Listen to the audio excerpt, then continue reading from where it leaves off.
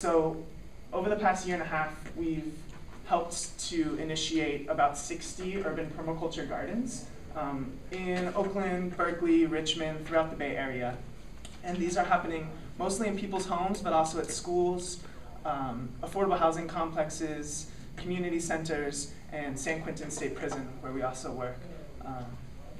And you know, the problems are so well known, it's the solutions that we need. So all of our attention is focused on what kind of solutions can we build and show and then replicate. We're really committed to open source knowledge sharing. So if you guys go to our website, planningjustice.org, we're trying to put as much as possible on there that will help you do the same things that we're doing. Because really, it's simple when we recognize that nature provides a certain set of patterns that if we can recognize and respect and follow, then abundance just kind of comes. And I want to talk about that a little bit. Permaculture is just a word, and it doesn't actually have really any meaning until it's actually done in the world.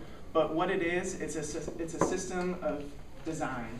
It's a way to design human settlements to follow nature's principles in a way that helps us to maximize food production and sustainability without preventing future generations from doing the same.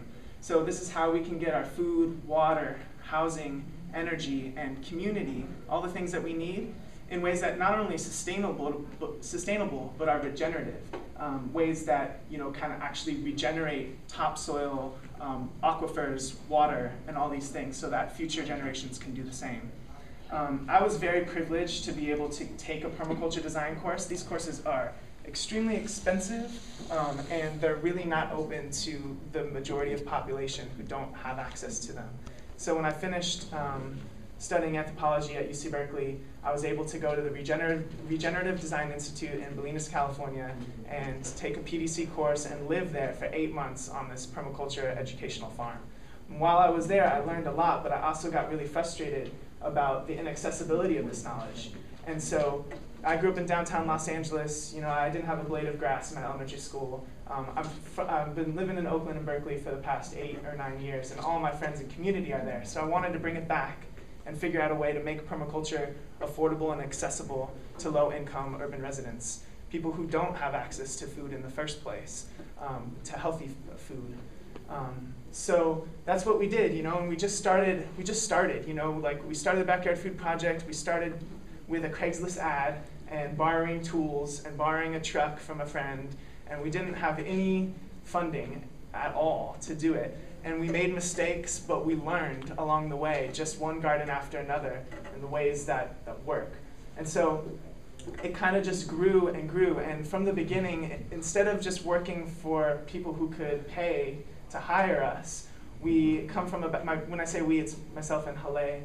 We come from a background of grassroots organizing for all the Bush years, knocking on doors across the country, anti-war and anti-nuclear weapons kind of organizing. And we had the skills to go out and knock on doors and talk to people about the work that we were doing. And so we went door by door, house by house, block by block around our neighborhood and raised small donations from people to do this work for people who can't afford edible landscaping, right?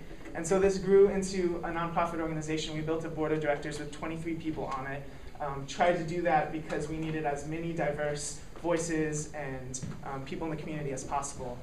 And so we just, right now at this point, we still haven't gotten any institutional funding to speak of, really. We've had one $2,000 grant from stopwaste.org, and that's it. But we've done a lot, and I want to tell you how we've been able to do it.